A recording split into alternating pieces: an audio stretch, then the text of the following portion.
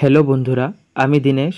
আজ আপনাদের দেখাবো কি করে মা তারার চরণ বানাতে হয় এবং কোন রং ইউজ করলে কখনো উঠবে না এবং জল পড়লেও নষ্ট হবে না। তো এখানে দেখতেই পাচ্ছেন যে প্রথমে আমি ক্লে দিয়ে মা তারার চরণ এবং কয়েকটি জবা ফুল বানিয়েছি।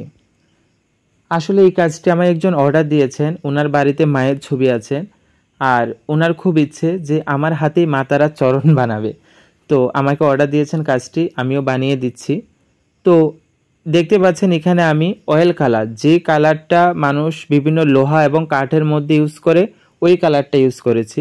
এই কালারটার উপর জল পড়লেও কখনো নষ্ট হবে না।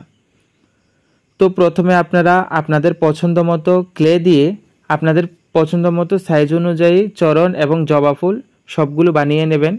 তারপর শুকানোর পর আপনারা অয়েল কালারটা ইউজ করতে পারেন। তবে একটা জিনিস মাথায় রাখবেন, অয়েল কালার ব্যবহার করার আগে অবশ্যই একটা হোয়াইট কালারটা দিয়ে দেবেন, তাহলে কালারটা খুব সুন্দর ফুটে উঠবে। তো আমি আর বেশি কিছু বলবো না ভিডিওতে।